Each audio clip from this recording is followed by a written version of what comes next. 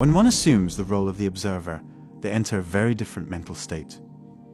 Regardless of whether you are participating in meditation therapy or some other form of personal development work, a necessary ability to acquire in order to effect personal transformation is that of becoming the observer of the mind.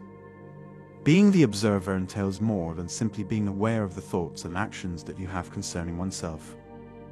To be an observer of yourself, you need to be aware of very subtle feelings and impulses, as well as feelings in your body and behaviors. When you are in this frame of mind, you will experience a different mental process. Because of this, when we observe ourselves, it might be challenging.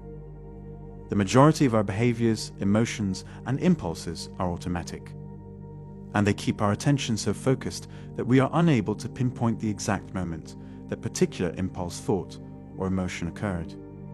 In the end, we finish up carrying out the response before we even become aware of the sensation or thought that prompted it. As soon as we become involved in the reaction, we no longer have the chance to observe.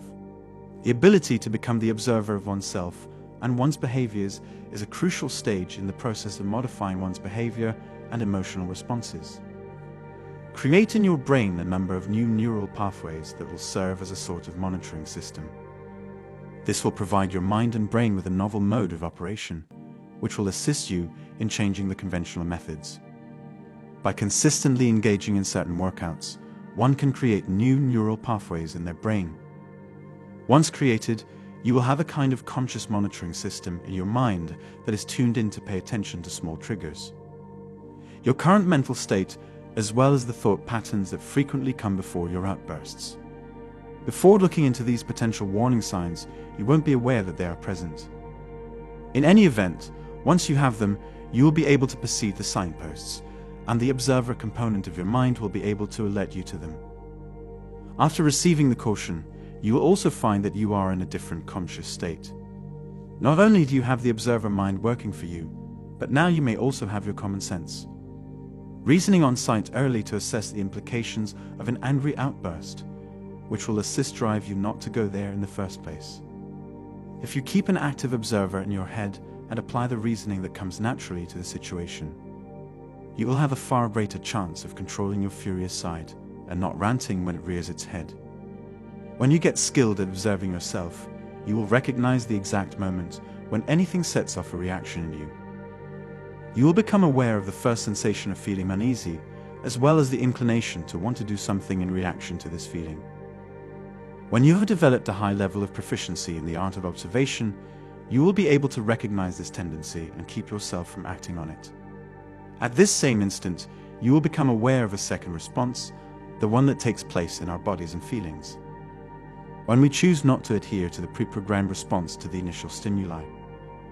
These are the times when we mature past our previous behaviors and start actively developing new patterns of behavior and patterns of thought. In order to fulfill the role of the observer, we are required to act as objective witnesses. It is not sufficient to simply think about ourselves. An egocentric person is capable of doing so.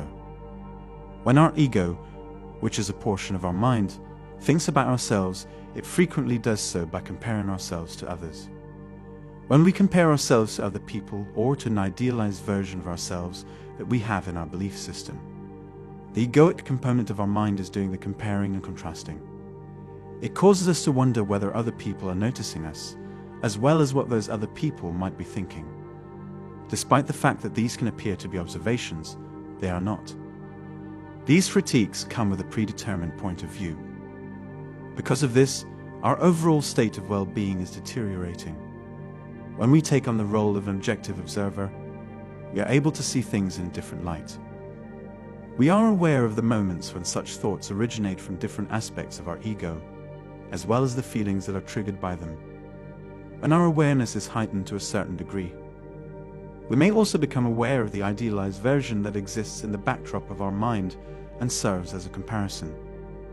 As observers, we might note that negative ideas were present, but we might also realize that this is not a good time for us, because we are busy or because we will be better served by something else rather than having those thoughts. When we are in these situations, we are able to observe the milliseconds that it takes for our agenda to be adjusted or for procrastination to occur, and we feel uneasy about it. The mindset of an observer doesn't consider any of these rebuttals or diversions to be problematic, because doing so would indicate that they have an agenda. When you reach the point where you can observe yourself, you will realize that your thoughts come to you all on their own. As you gain confidence in your mind's ability to think for itself, you might find that you like meditating while taking the sights at the projects. You will frequently have a reaction to the chattering of your internal dialogue.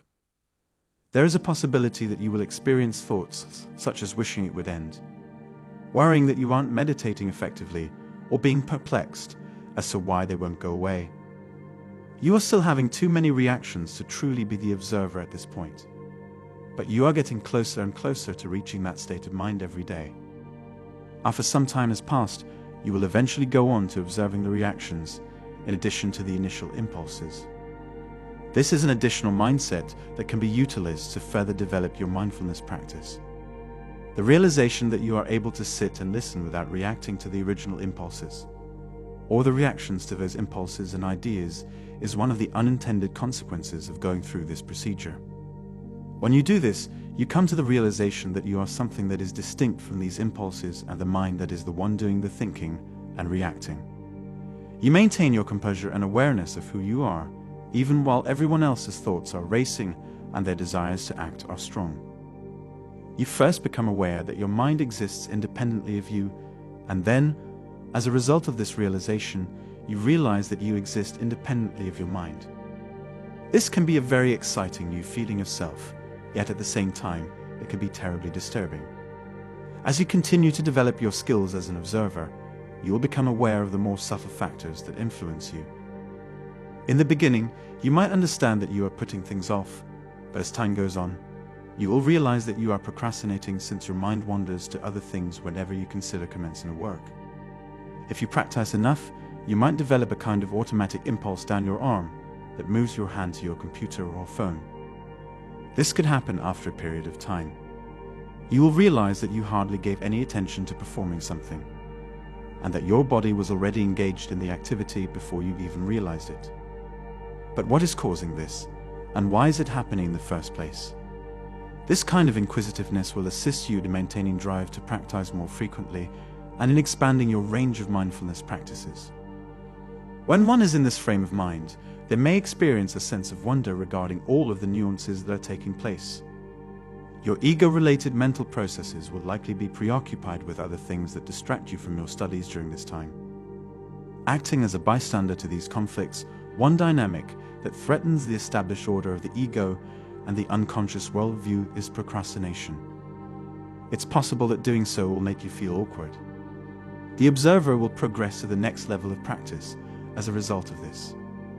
You will need to be aware of these uneasy sensations and refrain from acting on them in any way. It's possible that you'll realize that these sensations are sending a message to your mind, telling you to keep busy doing something so that you can feel better.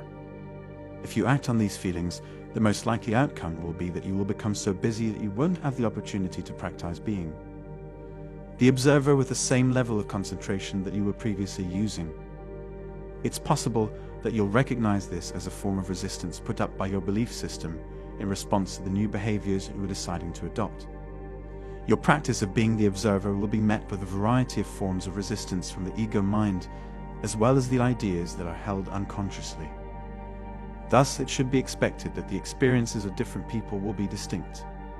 Sometimes it happens that a person is at a place in their life where such a self-awareness happens quickly and readily. This can be a very enlightening experience for them. As a useful exercise, start by sitting still and making a list of all the feelings you experience with each inhale and exhale of your breath. The next step is to become aware of everything that competes for your attention when you are trying to concentrate on the experience of breathing. This will provide you with a solid foundation upon which to build your abilities as a conscious observer.